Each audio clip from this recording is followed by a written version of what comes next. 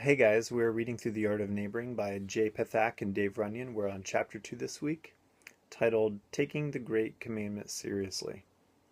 So we've tended to conflate in North America the mission that God's called us to with mainly events that we just invite people to and maybe preach a little gospel message. And in reality, that's maybe a part of it because we have a lot of consumers in our culture.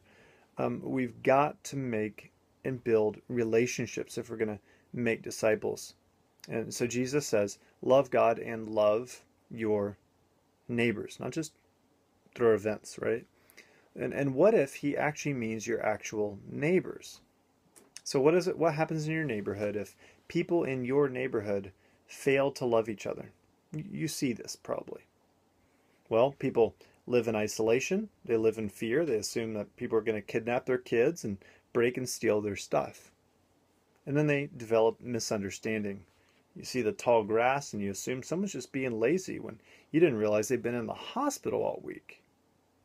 If you got to know them and knew their story and maybe had a relationship with them, you would maybe know that and help them out. Get someone from your community group to come with you.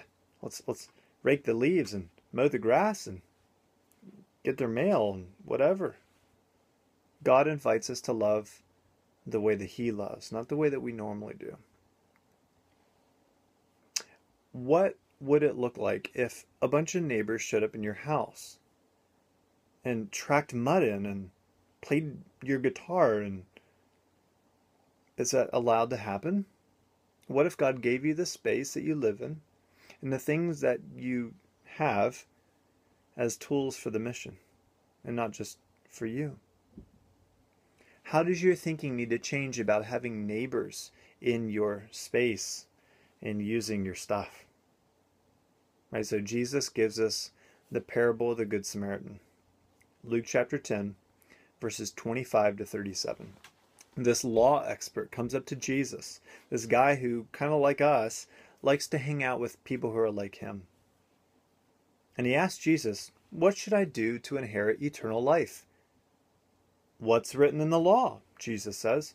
Well, love God and love your neighbor as yourself. Good answer. Do this and you will live. But wanting to justify himself, he asks Jesus to define neighbor. See, because if neighbor is someone that he can choose, and he already has, then he's got it covered. He can justify himself. Who is your neighbor? All right, so then Jesus tells the story of the Good Samaritan, a man who's beaten, battered, broken. He's been robbed, left on the roadside, and two religious people who are busy. They got meetings and they're moving on. They skip around and avoid the guy. And then this Samaritan comes along, someone who this lawyer, this law expert would have seen as maybe something like a terrorist. He's also very busy, but he stops. He puts him on his donkey, takes him to the hospital, pays his bill. And Jesus is effectively saying, act like the terrorist in this story. This guy is being a neighbor.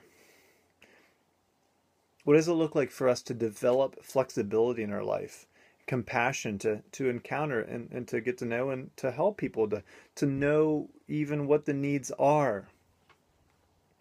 Our tendency is to take this parable and to over-metaphorize it, where we take neighbor and we assume that just means everybody, and therefore we end up really loving in this way nobody, right? Because if you take neighbor metaphorically, then the change to our communities and to our city will also only be in our heads. It will be purely metaphorical and nothing will happen.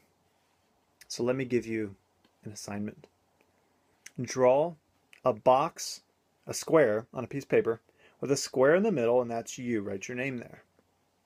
See if you can fill in the names of the people who live most immediately around you in your apartment or in your neighborhood. So it'd be 8 people or families. Do you know their names? Do you know something about them? So that's number 1. Number 2 is write something in that square about them. their kids' ages or their job. Thirdly, go deeper. What are some deeper things that with time you maybe get to know? Their hopes, their goals, their big fears, the things that motivate them, their spiritual beliefs. See, only about 1% of people can do that. Only about 10% of people can name the names. Only about 3% of people can name a little additional details. That's pretty sad, but that's what God's called us to. What if loving your neighbor actually begins with knowing their names? Loving our neighbors is going to be challenging, and helping your people to love their neighbors as you invite them into helping love the neighbors around you is going to be hard, and there's going to be challenges. Well, that's coming in the next few chapters. Next week, the time barrier. This is a big one. It's a big one for the people in your community group and for you. So we're going to tackle the time barrier next week. Thanks, guys.